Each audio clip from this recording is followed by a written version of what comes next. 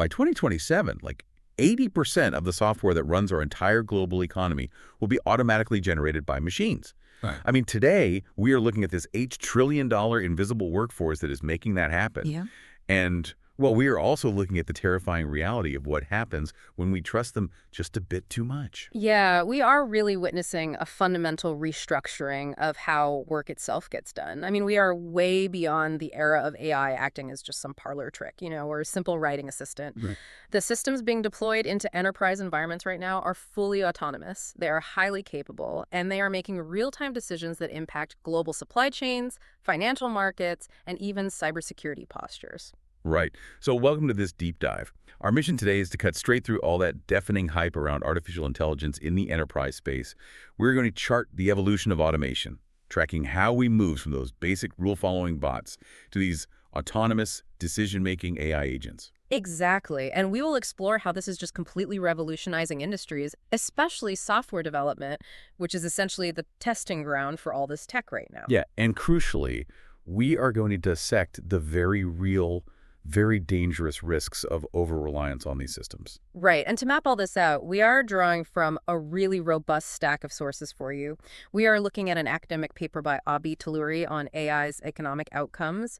We have got industry reports from IDC tracking developer adoption, technical guides from Appian detailing the mechanics of autonomous agents, and cybersecurity standards from ITU Online IT Training that map out the threats these new systems introduce. Okay, let's unpack this, because before we can really grasp where business automation is heading in 2026 and beyond, we have to establish the baseline for you. I mean, we need to understand what we're leaving behind. For the better part of the last decade, the gold standard for corporate efficiency was robotic process automation, or RPA. But people tend to conflate RPA with AI, and they're just fundamentally different beasts, right? Oh, absolutely. They operate on entirely different paradigms. I mean, RPA is essentially a digital mimic. It imitates the physical ways a human interacts with a computer interface. So it's just copying what we do. Yeah, exactly. If a workflow involves opening a spreadsheet, copying the data from, say, cell B4, toggling over to your CRM, pasting that data into a specific text field, and then clicking a submit button, an RPA bot can be scripted to do that exact sequence. Right, over and over again. Exactly. It logs into desktops, it navigates the web page elements, it executes keystrokes, and for high volume, really predictable, repetitive tasks, it has been an absolute workhorse for the business world. But the core limitation, and this is highlighted in the Appian technical materials we're looking at, is that RPA is incredibly brittle. I mean, it is entirely rule-based. It's just a massive if this, then that engine. And that brittleness is its Achilles heel. Right. RPA possesses zero cognitive ability. None at all. Right. It does not understand the task it is performing. It only knows the exact coordinates on the screen it is supposed to click, or the specific code of the web form it is supposed to fill out. So if something moves, it breaks. Exactly. If the IT department pushes an update to the CRM overnight and the submit button moves 10 pixels to the left, the RPA bot does not adapt. It just clicks empty space, throws an error, and the entire automated pipeline just grinds to a halt until a human developer goes in and fixes the script. Right. I always think of RPA like a player piano. It is incredibly fast, and it can play a complex piece of music perfectly every single time. But is only doing that because it's mechanically reading the holes punched into a paper roll. That's a great way to look at it. Yeah, and if someone accidentally punches a hole in the wrong spot, the piano doesn't know it's playing a bad note. It just plays what it's told. AI, on the other hand, is more like a jazz musician, listening to the rest of the band, interpreting the mood of the room, and improvising a solo based on messy, real-time inputs. That analogy captures the shift perfectly. Let's look at a really concrete business process to illustrate this. Order entry. Okay, order entry. Yeah, imagine a logistics company processing thousands of purchase orders a day. If every single order arrives via an EDI feed, which is electronic data interchange, where the data is perfectly structured in a database, the player piano thrives. The RPA bot just routes that data into the system flawlessly. Exactly. But the reality of business is usually really messy. Let's say a massive client decides to send a purchase order as a scanned, handwritten PDF attached to an email with no subject line. Oh, man. The player piano completely jams on that. I mean, it has no mechanism to read a scanned image, let alone try to parse human handwriting. Right. It has no idea where the product code field even is on that document. The RPA bot just freezes because it requires structured data to function. And this is the exact intersection where AI enters the enterprise workflow.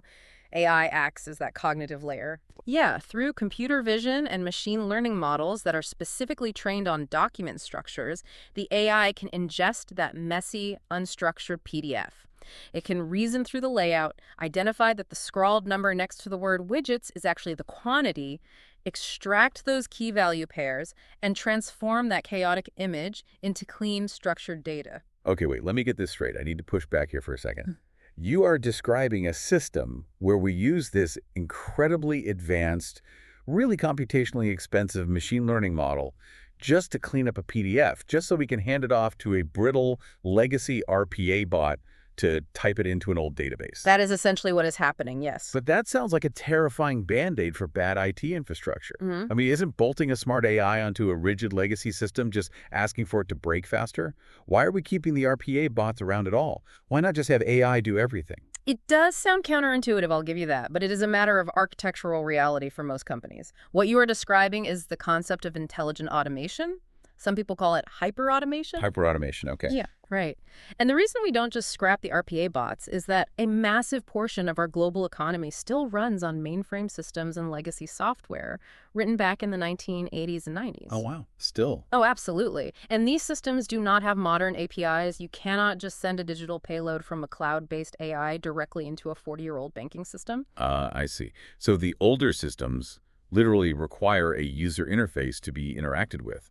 There is no backdoor digital hook that the AI can just plug into. Exactly. The legacy system demands a simulated human to actually tab through the fields and hit enter. So intelligent automation is the necessary bridge here. We use the AI as the brain to handle the unpredictable, unstructured chaos of the outside world, like reading those emails, parsing the PDFs, analyzing sentiment. And then, once the brain has reasoned through all that chaos and structured the data, it hands it off to the RPA hands. The hands then do the high-speed repetitive data entry into that legacy interface. It allows massive enterprises to modernize their workflows without having to spend billions of dollars ripping out and replacing their core mainframe infrastructure. That makes a lot of sense, actually. Yeah. So you're upgrading the inputs without having to rebuild the entire foundation of the house. Exactly. But, this evolutionary step, giving the hands a brain, it implies a workflow that is still fundamentally linear. The AI does a specific translation task, hands it off, and then just goes back to sleep. But the Appian literature we are analyzing points to a much more radical shift happening right now. Yes, it does. We are moving away from systems that require a human to orchestrate every step towards systems that actually manage themselves. Right. We are crossing the threshold into the era of autonomous AI agents. And to understand the magnitude of this for you listening, we have to draw a hard line between a traditional conversational AI, like a chatbot, and a true autonomous agent. Because they look similar on the surface, right? They do. They often share a chat-like interface, but their internal architectures and what they can actually do are vastly different. Right, because a chatbot is purely reactive. You ask it a question, it predicts the next most likely token in a sequence, it generates a paragraph of text, and then it just stops. Its entire purpose is just to provide an answer. But the technical guides define an autonomous agent as a system designed to deliver an actual outcome. Yes, an outcome achieved with agency. An agent doesn't just generate text. It interacts with its environment to achieve a defined goal without a human holding its hand at every single step. And this is driven by a specific framework, right? Yes. This is made possible by an architectural design pattern known as the REACT framework. REACT stands for reasoning and action. Okay, let's break down the mechanics of this REACT framework, because this is where the AI stops being just a digital encyclopedia and starts acting like a digital employee. The framework operates on a continuous loop, right? Observe, think, plan, act, and learn. That is the loop. Let's trace that through a real-world scenario so you can picture it. Imagine a customer emails a business-to-business supplier saying, "Hey, my production line is down because the parts I ordered last week haven't arrived. Where are they?" Classic support nightmare. Right. Now, a traditional chatbot observes that text, identifies the intent as a shipping inquiry, and replies with a generic link to the company's tracking portal. The chatbot's job is technically done, but the customer's problem is entirely unresolved. Right. The customer's still angry, their line is still down, and they still have to go do the work of figuring out the tracking themselves. Now, put an autonomous agent powered by the REACT framework in that exact same inbox. Okay, so the agent observes the email, it reads the text, and ingests all that context. Then it enters the think phase. In the context of a large language model, this involves generating a chain of thought reasoning trace. The model internally outputs something like, the customer is experiencing a critical business interruption. I need to locate order 1, 2, 3, 4, 5, determine its current physical location, assess the cause of the delay, and formulate a remediation strategy. Wow, so it is actively mapping out the entire problem space before it even tries to reply. Exactly. Then it moves to the plan phase. It breaks that overarching goal into discrete executable steps. So, step 1, query the ERP for order status. Step 2, query the logistics API for warehouse transit data. Step 3, evaluate the options. And then comes the most critical phase. Act. Okay, act. Yes, the agent actually steps outside of its neural network and interacts with the external world. It queries the database, it pings the external shipping API. Wait, this requires a massive technical leap. How does a language model, which, is essentially just a massive file of statistical weights predicting text, how does it actually query a real database? It utilizes a capability called tool calling or function calling. When the developers build the agent, they provide it with a list of available tools. Think of them as digital levers the AI can pull. Digital levers. Okay. Yeah, so they define a tool called, say, query ERP, and they describe exactly what data that tool requires to work, like an order ID. When the agent decides it needs to use that tool, it does not generate conversational text. Instead, it generates a perfectly formatted block of code, usually JSON, containing the necessary parameters. So basically writes a mini script on the fly just to use the tool. Exactly. The surrounding application infrastructure catches that JSON output, executes the actual database query on the back end, and then feeds the results back into the agent's context window. Okay, so the agent acts, pulls the database info, and then I assume goes back to the observe phase of the loop. Yes. It looks at the new data. It sees that the parts were, held up in customs and won't arrive for 3 days. So it goes back to think, the customer's line is down today. 3 days is unacceptable. Then it plans again. I will locate alternative inventory at a regional distributor and expedite the shipping. You've got it. And then it acts by pulling the levers to execute that new order. And finally, only then, does it draft an email to the customer explaining the solution and providing the new overnight tracking number. And all of this happens in seconds, entirely autonomously, driven by the AI, continuously prompting itself through that reasoning loop until the final outcome is achieved. I mean, the concept of tool calling is just mind-bending. But practically speaking, enterprise IT environments are notorious nightmares of fragmented software. You have Salesforce for CRM, SAP for your ERP, Workday for HR, AWS for cloud storage. If an autonomous agent needs to be able to act across all these different platforms, doesn't that require a human developer to write custom integration code for every single tool? That sounds incredibly expensive and almost impossible to maintain. You hit the nail on the head. That was the primary bottleneck for agentic AI adoption until very recently. The friction of point-to-point API integration is just massive. APIs change, authentication protocols update, schemas break all the time. Right. But the industry is rapidly coalescing around standardization, most notably through something called the Model Context Protocol, or MCP. Okay, let's dive deep into MCP, because this seems like the missing link that makes enterprise-wide AI actually feasible. It really is. MCP operates as a universal translator. Instead of writing custom code to teach your specific AI model how to talk to Salesforce, and then writing entirely different code to teach it how to talk to your internal SQL database, developers just implement the Model Context Protocol. So it's a standard. Exactly. MCP standardizes the way AI models discover, understand, and interact with external data sources and tools. So it is kind of like USB for AI agents. Yes. It's because, before USB, every peripheral, like your printer, your mouse, your keyboard, they all had a different proprietary connector. USB standardized the physical interface so any device could just plug into any computer. So MCP standardizes the digital interface. That is a perfect parallel. With an MCP server running in the environment, the AI agent can dynamically discover what tools are available to it without needing those hard-coded instructions. It basically asks the MCP server, what can I do here? And the server provides the standardized schemas for querying the ERP, or searching the corporate wiki, or updating a Jira ticket. That is huge. It radically accelerates deployment. You aren't building a custom agent for every single software platform anymore. You are building an agent that can navigate the entire corporate ecosystem seamlessly. Okay, but even with universal access to all these tools, we run into the foundational problem of large language models. They're frozen in time. And LLM's knowledge base ends on the exact day its training run finished. Yes, the knowledge cutoff. Right. So if a company launched a new product line this morning, the base model has absolutely no idea it exists. If it relies on its internal weights, it's going to hallucinate an answer based on outdated information. Which is completely unacceptable in a business context. You cannot have a customer service agent quoting last year's pricing structure or offering a discontinued product. To solve that stale data problem, enterprises employ Retrieval Augmented Generation, or RAG. And RAG fundamentally changes how an AI accesses knowledge. I want to spend some time on the mechanics of RAG because it is essentially the backbone of enterprise AI right now. How does it actually work in practice? So RAG separates the AI's reasoning engine from its knowledge base. Instead of relying on the facts it memorized during its massive training run, the AI uses a highly specialized database, usually something called a vector database, as its external updatable memory. Okay, let's unpack vector database. How is that different from, a normal database? Well, a traditional relational database organizes data in rows and columns. You search it using exact keyword matches. Right, like searching a spreadsheet. Exactly. If you search for the word automobile, it will not return a document that only uses the word car. It needs the exact match. A vector database, however, stores data as complex mathematical arrays, vectors, in a multi-dimensional space. It basically maps the semantic meaning of the data.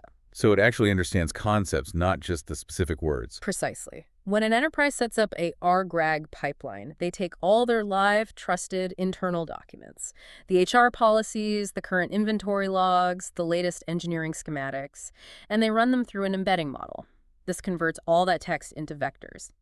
Now, when our autonomous agent is asked a question by a user, it doesn't just guess the answer from its training. It looks it up. Yes, it takes the user's query, converts that query into a vector, and performs a similarity search in the vector database. So it is mathematically looking for the closest concepts in the company's internal memory. Yes, it retrieves the most relevant up-to-the-second chunks of text from the company's private data, injects those chunks directly into its context window, and essentially says, okay, based on this specific internal document from this morning, here's the answer. RAG grounds the AI in reality. It virtually eliminates hallucinations because the AI is citing its sources from a live, trusted repository. Wow. But here is where it gets really interesting, though. We've established that we have agents capable of reasoning, calling tools across the enterprise via MCP, and pulling live data via RA. But the literature points out that relying on a single massive monolithic superagent to run an entire complex business process is highly inefficient. So we are seeing the rise of multi-agent systems. Yeah, it mirrors the evolution of human organizational design, honestly. A single person trying to be the CEO, the lead engineer, the head of marketing, and the customer support rep all at once is going to fail. Right, they just burn out. They lack specialized focus, and the cognitive load is just way too high. The exact same applies to AI. A generalized model trying to juggle complex, multi-step workflows often loses the thread or starts to hallucinate. So businesses are literally creating AI teams. Right. Like digital corporate hierarchies. They are. They assemble distinct, narrowly focused agents that collaborate with each other. Let's look at a supply chain optimization workflow. You don't have one agent do it all. You deploy a data gathering agent whose sole prompt and toolset are optimized purely for scraping global weather data, port congestion reports, and raw material pricing. It gathers the intelligence and then passes it to an analysis agent. So the analysis agent doesn't even know how to scrape the web. It only knows how to run complex statistical models on the data it was handed by the first agent. Correct. Its tools are constrained to Python environments and statistical libraries. Let's say it identifies a high probability of a shipping delay due to a typhoon in the Pacific. It passes that specific insight to a strategy agent. Okay, passing the baton. Exactly. The strategy agent has access to the ERP via MCP and RAG access to company policy. It calculates the cost of rerouting shipments versus, say, air freighting critical components. It drafts a proposal. And then it passes that proposal to an execution agent to make it happen. Not quite yet. In a well-designed multi-agent system, the proposal first goes to a QA agent, a quality assurance bot whose only job is to aggressively red team the strategy agent's plan. Oh, I love that. A built-in skeptic. Exactly. It checks the math, ensures the plan doesn't violate budget constraints, and verifies compliance. Only after the QA agent approves does the plan move to the execution agent, which actually pulls the levers to update the logistics software. That is just incredible. There's a digital assembly line of cognitive labor. The agents are debating, verifying, and handing off tasks to one another asynchronously. And because each agent has a narrow focus, a limited toolset, and a specific persona, the overall system is highly robust, scalable, and most importantly, auditable. Right. Now, if you are listening to this and thinking, well, this is a fascinating theoretical framework, but this level of multi-agent autonomy is years away from actual deployment, I need to correct that assumption immediately. Yeah. There is one industry that has already integrated this deeply into its daily operational reality. It is basically the crucible for autonomous AI right now, and that is software development. The software engineering sector is absolutely the canary in the coal mine for enterprise AI. The empirical data we have from the September 2024 IDC report, which is titled Generative AI in the Software Development Lifecycle, it reveals an adoption curve that is practically vertical. Yeah, let me share the specific metric from the report because it is staggering. Between the summer of 2023 and the summer of 2024, 90% of developers used an AI coding assistant to help them develop production-grade digital solutions. 90%. In a single year, this technology went from an experimental novelty to a near-universal requirement for the job. And the projections going forward are even more disruptive. The IDC anticipates that by 2027, AI will be capable of automatically generating code to meet functional business requirements for 80% of new digital solutions in development. 80%. Yes, we are talking about the vast majority of the software powering the global economy being authored by machine intelligence. The report breaks down how developers are actually applying this day-to-day, too. It is not just asking a chatbot to write a script. 51.2% are using it for unit test case generation. 41.2% are using it for primary code generation, and 39.8% for inline code auto-completion. What is truly fascinating here is the psychological impact this is having on the engineering workforce. When you survey developers about why they are adopting these tools so aggressively, the primary benefits they report aren't just about raw speed or output metrics. The top-cited benefits are improved collaboration, accelerated issue resolution, and significantly increased job satisfaction. Okay, increased job satisfaction. That seems entirely counterintuitive. You would assume that if a machine is suddenly writing 80% of the code, developers would be terrified of redundancy. Why are they happier? Because of the massive reduction in cognitive load. To write complex software, a developer has to hold an incredibly intricate, abstract architecture in their working memory. They have to maintain a state of deep focus, often called a flow state. And historically, the biggest enemy of the flow state is context switching. Context switching. Like when you're deep in the zone, but you forget the exact syntax required to authenticate a specific API call. Yes, exactly that. So you have to stop typing, leave your IDE, your integrated development environment, open a web browser, search the documentation, read through a dozen forum posts on Stack Overflow just to find the right snippet, and then try to hold that all in your head as you jump back to your code. And by the time you get back to your editor, the mental architecture you are holding has completely collapsed. You have to spend 20 minutes just getting back into the flow. AI coding assistants fundamentally eliminate that friction. They are embedded directly inside the IDE. When the developer forgets the API syntax, they don't leave the editor. They simply type a comment in plain English, like, generate the authentication header for this API. And the AI, which already understands the surrounding code context, synthesizes the exact required syntax instantly. The developer never leaves the zone. The AI handles all the syntactical drudgery, the memorization of boilerplates, and the writing of tedious unit tests. It basically elevates the developer from a bricklayer to an architect. That elevation is shifting the entire value chain of software engineering, but it also introduces a highly debated dynamic regarding skill levels. Right, the elephant in the room. If the AI is handling the syntax, writing the boilerplates, and auto-completing functions, what happens to junior developers? The historical pipeline is that a junior developer spends their first few years doing the grunt work, fixing minor bugs, and writing unit tests to slowly learn the architecture. If the AI does all the grunt work, is the entry-level developer obsolete? It is a very valid concern, but the data actually suggests the inverse is occurring right now. AI coding assistants are acting as infinitely patient, deeply knowledgeable senior mentors for junior staff, which is radically accelerating their onboarding. How does that actually play out in practice, though? Imagine a junior developer is hired into a massive enterprise. They're tasked with updating a feature in a legacy code base written 10 years ago by someone who left the company long ago. Normally, this requires weeks of reverse engineering undocumented code or constantly interrupting a senior engineer to explain how the database schema works. Which slows everyone down. Right. But now, the junior developer just highlights a massive block of convoluted code and prompts the AI, explain what this function does line by line in plain English, and identify where the database connection is instantiated. And the AI instantly deconstructs the legacy logic. The junior developer gets unstuck immediately. Furthermore, it liberates the actual human senior developers. Instead of spending 40% of their week doing code reviews to catch missing semicolons or basic logic errors for the junior staff, they can focus their cognitive bandwidth on high-level system design, architectural scalability, and aligning the software with broader business strategies. It also fundamentally alters the security paradigm.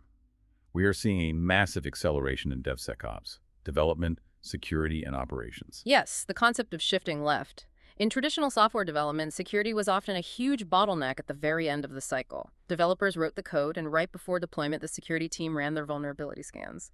When they inevitably found flaws, the code had to be kicked all the way back to the beginning, delaying the launch. But the IDC report notes that AI is allowing teams to shift that security analysis to the left, to the very beginning of the design and coding phase. Exactly. The AI assistants are acting as real-time security auditors. As the developer is typing the AI model's threats, it analyzes the logic for potential injection vulnerabilities, and it suggests secure remediation code before the file is even saved. The report specifically highlights enterprise tools like Google Gemini Code Assist, noting their massive context windows. What does a large context window actually mean for a software engineering team in this scenario? The context window is the amount of information the AI can hold in its active memory at one time. Early models could only remember a few paragraphs, but modern enterprise models boast context windows of over 1 million tokens. Wow, 1 million.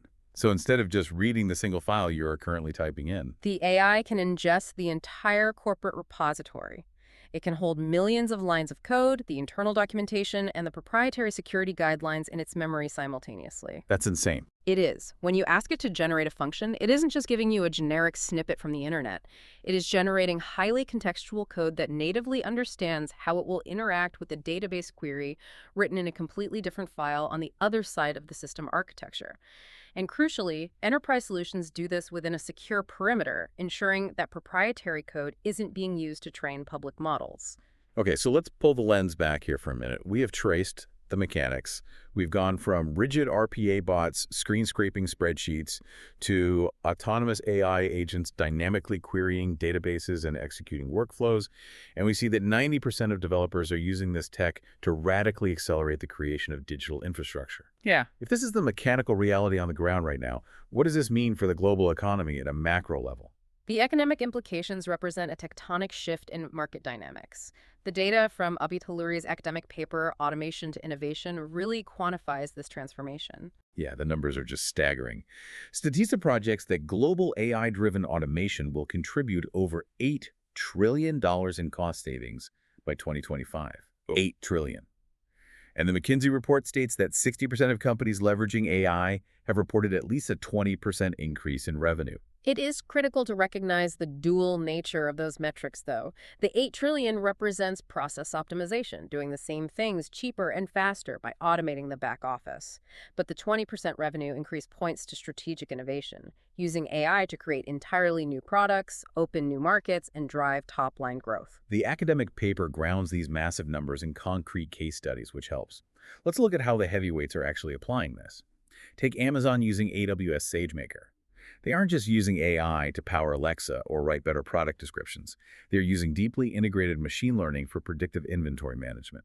And the mechanisms behind predictive inventory are fascinating. Amazon isn't just looking at historical sales data anymore.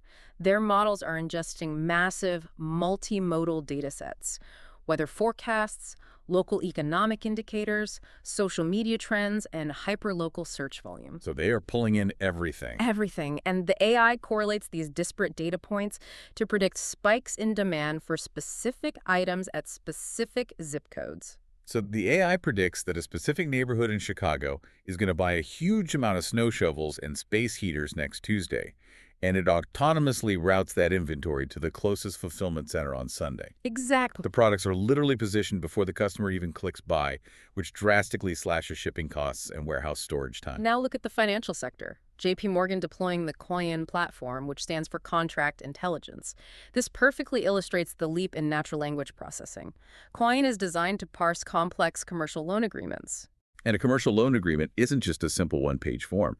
It is hundreds of pages of dense legalese, cross-references, schedules, and highly negotiated covenants. Historically, extracting data from these contracts required thousands of billable hours from human paralegals.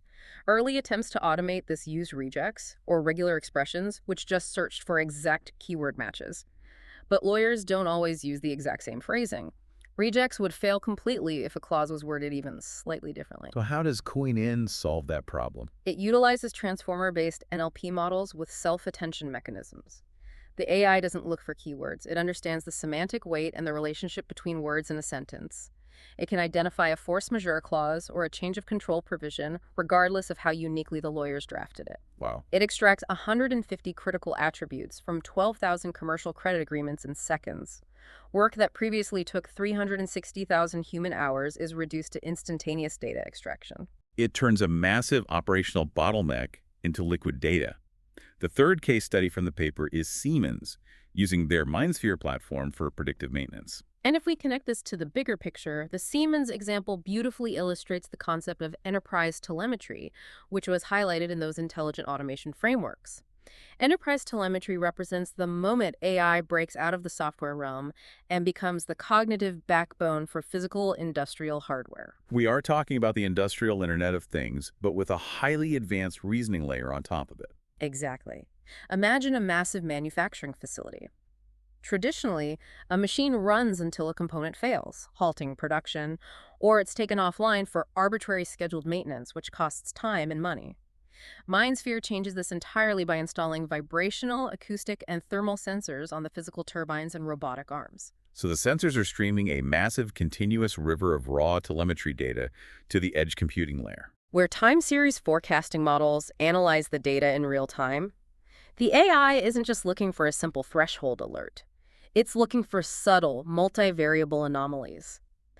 It detects that a specific bearing in a robotic arm is vibrating at a frequency that, when combined with a slight temperature increase, indicates a 90% probability of failure within 48 hours. And because it is integrated with the autonomous agent systems we discussed earlier, the AI doesn't just flash a red light on a dashboard somewhere. It actively queries the ERP to check if a replacement bearing is in stock, automatically generates a purchase order if it isn't, and schedules a maintenance ticket for the exact window when the line is paused for a shift change. Exactly. So what does this all mean? It means AI is no longer a localized tool for answering questions or writing code faster. It is a transformative structural force. It's the central nervous system of the modern global corporation. The data synthesis layer is entirely automated, leaving humans to focus strictly on strategic oversight. Which is an incredibly seductive vision of efficiency and profitability, but... There's the inevitable but. There always is, right? When there is an $8 trillion economic incentive on the table, enterprises are going to sprint to implement this technology as fast as possible. They're integrating autonomous agents deeply into their critical infrastructure. And that frenetic rush breeds systemic risk. Which brings us to the dark side of this deep dive. If these autonomous agents are basically running the nervous system of a business, what happens when we trust these systems too much? This is where we must transition from the economic hype to the harsh reality of cybersecurity, governance, and operational resilience. Our source material from ITU Online IT Training focuses explicitly on the risks of AI usage, specifically the overarching danger of overreliance on AI systems. The ITU defines overreliance with chilling clarity. It is when a human treats machine output as a final judgment without applying critical oversight. It is blind trust. And the terrifying part is that it doesn't happen through some dramatic policy shift. It happens quietly through daily attrition. A tired security analyst clicks approve on an AI triage recommendation without checking the raw logs. Or a recruiter trusts an AI candidate ranking score without reading the underlying resume because, well, they have 500 applicants to get through. The appeal is obvious, of course. It improves speed, it clears the queue, and the AI's outputs usually sound highly confident and authoritative. But when a system becomes the de facto decision maker, the organization inherits all the machine's limits without reducing its own legal or ethical liability. Okay, let's break down the 4 major risks identified in the ITU framework. Risk number 1, reduced accountability.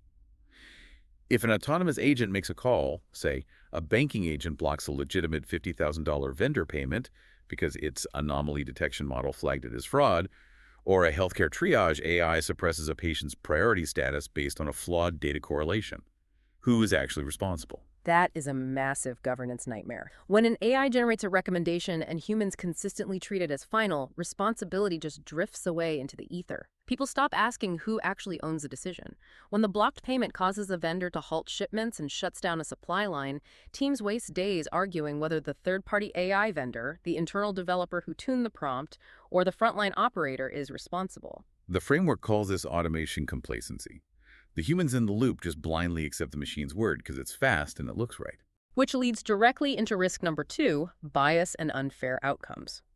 There is a pervasive, dangerous fallacy out there that because a computer makes a decision, it must be objective. People assume it's just math, and math isn't biased.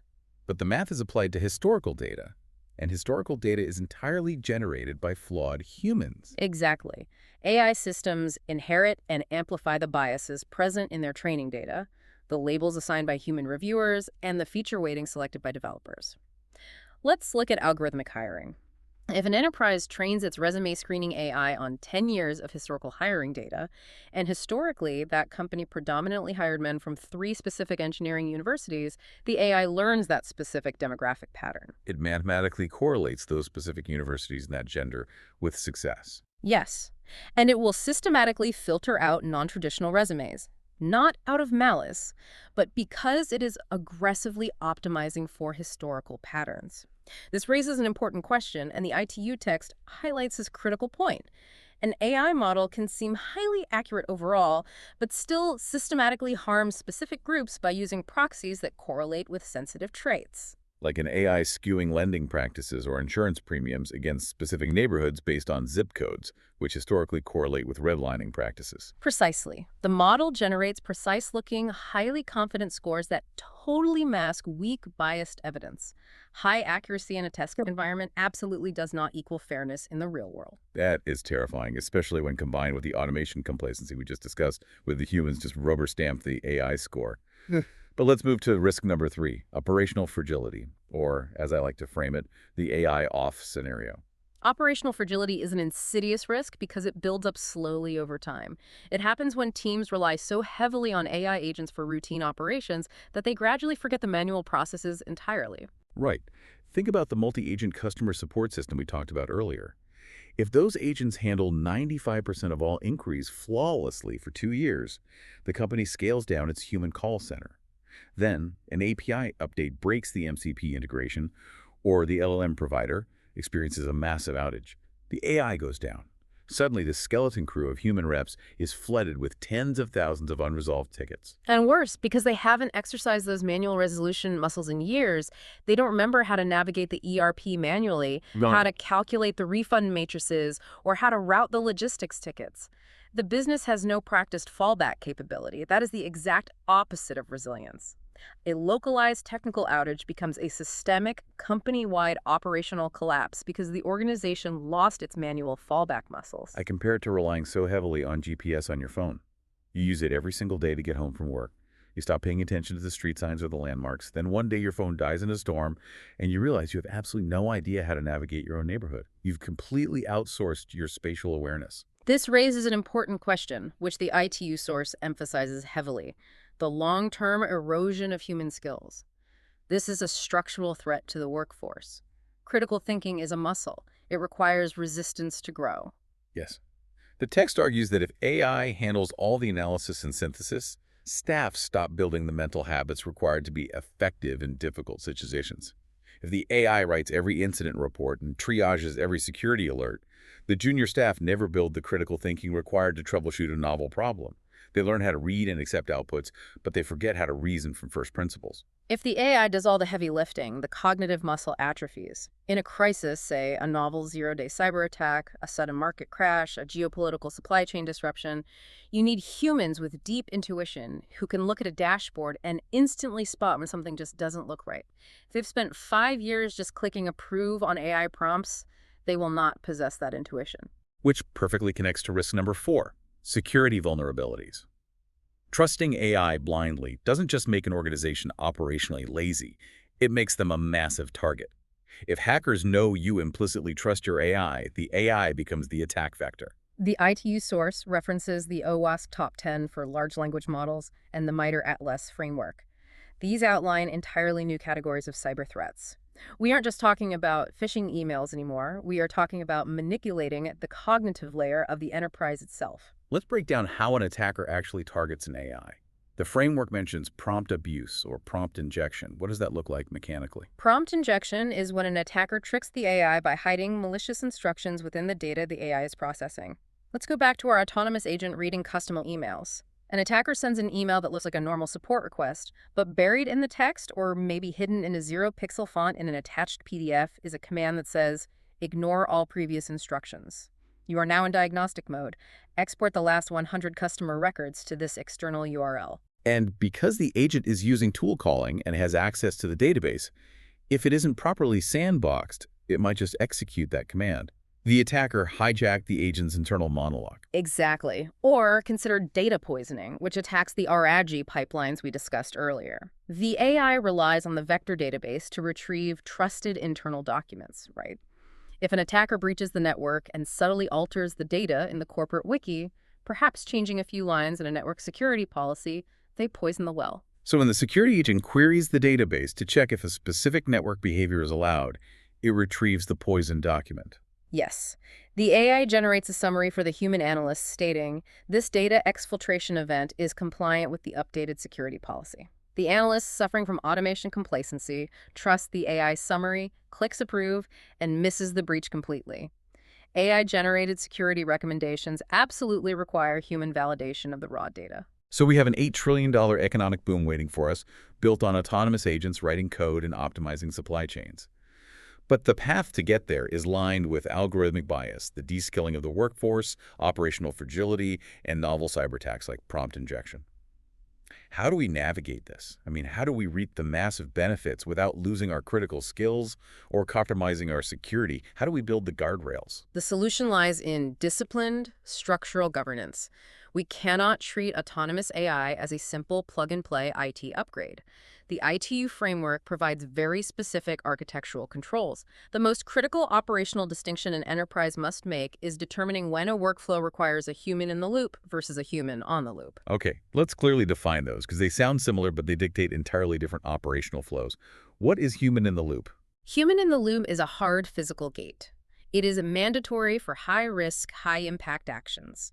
It means the autonomous agent can observe, think, plan, and gather all the necessary data, but it physically cannot execute the final action without a human explicitly reviewing the data and clicking approve. So an AI can parse a legal contract and recommend signing it, or analyze network logs and recommend isolating a server, Right. but a human must pull the final trigger. Correct. It preserves accountability. Human on the loop, conversely, is designed for lower-risk, high-volume tasks where speed is paramount. In this model, the AI executes the actions automatically, routing minor support tickets, adjusting thermostat controls in a warehouse. So the agent acts on its own. Yes, but the humans are actively monitoring the aggregate workflow via telemetry dashboards. They are auditing the decisions post-execution, and they maintain a kill switch. The ability to override or shut the system down instantly if they detect the model is hallucinating, drifting from policy, or under attack.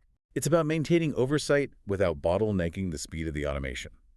But to monitor these systems effectively, the humans need to understand why the AI is making its decisions in the first place.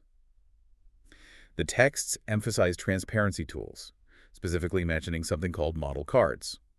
What exactly is a model card? Think of a model card like a highly detailed nutritional label for a machine learning model.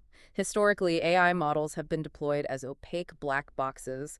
You feed data in, you get an answer out, and you have no idea how it arrived there. A model card breaks that opacity. It is a standardized document that explains exactly what the model's intended purpose is, the specific demographic makeup of the data it was trained on, its confidence intervals, and crucially, its known limitations and failure modes. So going back to the hiring example, if HR is deploying a new AI to screen resumes, the model card might explicitly state, warning, the training data for this model skewed 72% male and predominantly featured candidates from urban centers. Proceed with mandatory human oversight regarding geographic and gender parity. Exactly. It forces the human operators to keep their critical thinking engaged by explicitly highlighting the machine's blind spots. And organizations don't have to invent these governance frameworks from scratch either. The sources point to major established standards that provide blueprints for safe deployment. Right. They reference the EU AI Act, which takes a strict, risk-based approach, outright banning certain use cases and heavily regulating high-risk deployments. They also reference the NIST AI Risk Management Framework, which provides a flexible, continuous loop for mapping, measuring, and managing AI risks throughout the product lifecycle. And CISA's Secure by Design principles, which mandate that software providers must build security, like robust input sanitization to prevent prompt injection, into the core architecture of the AI, rather than bolting it on as an afterthought. So if you are a listener, maybe you're a business leader looking to deploy these multi-agent systems, or an engineer using AI coding assistants to shift left, or just a professional trying to navigate this massive shift in how your company operates, how do you apply all of this to your own life and work right now? The most practical, fundamental advice is a mindset shift. Treat AI as a high-speed, incredibly capable analytical assistant, but never as a single point of truth. It is a tool designed to augment your human intelligence, not a mechanism to outsource your professional judgment. Use the AI to get to the 80% mark instantly. Let it parse the data, write the code boilerplate, or summarize the market research. But you have to use your own human expertise to verify it and carry it across the finish line. Precisely. Never skip the verification step. If the AI writes the script, review the syntax. If the RAG pipeline summarizes a policy, check the cited source document. This discipline is absolutely non-negotiable in high-stakes environments like hiring, healthcare, or cybersecurity. And if you are managing a team, you must deliberately engineer friction back into the system. Schedule regular AI off drills. Ensure your team can still manually run the core processes. Reward the team not just for how fast they close tickets using the AI, but for their ability to spot the AI's hallucinations or logic errors. Foster a culture of rigorous, healthy skepticism. The organizations that thrive in this new era won't be the ones that automate the fastest. They will be the ones that automate securely while fiercely protecting the critical thinking capabilities of their human workforce. Wow. Okay, we have covered a massive amount of ground today. Let's do a quick recap of the journey we just took. We started by defining the baseline of automation, those rigid, fast, but highly brittle RPA bots that act as the hands of a business. We then tracked how the infusion of machine learning created intelligent automation, giving those hands a cognitive brain to parse unstructured data. This led directly into the breakthrough of autonomous AI agents. We deconstructed how agents use the React framework to reason and plan, how tool calling and the model context protocol allow them to manipulate external software, and how RAG pipelines feed them live, trusted data. Right, and we looked at the multi-agent systems operating like digital corporate hierarchies, and we saw how this isn't future casting. It's happening right now in software development, where 90% of engineers are using AI to reduce cognitive load and shift security left, paving the way for machines to write 80% of our code by 2027. We examined the macroeconomic reality of that shift, too.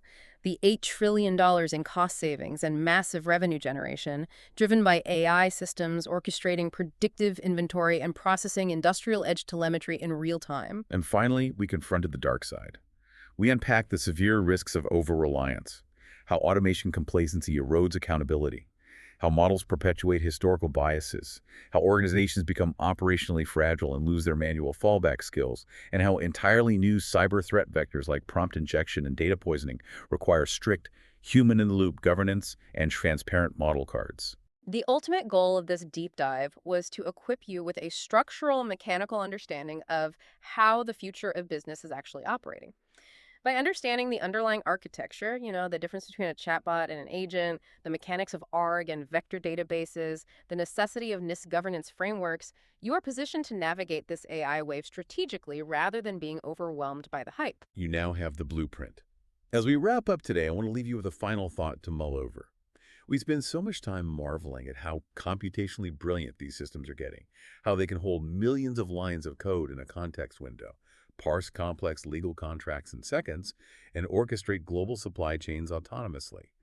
But as AI becomes increasingly capable of handling all our analytical heavy lifting, and as it consistently produces perfect-sounding, highly authoritative answers to everything we ask it, well, perhaps the most valuable, most irreplaceable human skill of the 21st century won't be knowing the right answer, but having the intuition, the expertise, and the courage to effectively doubt it. Thank you so much for joining us on this deep dive. Keep questioning, keep learning, and we will see you next time.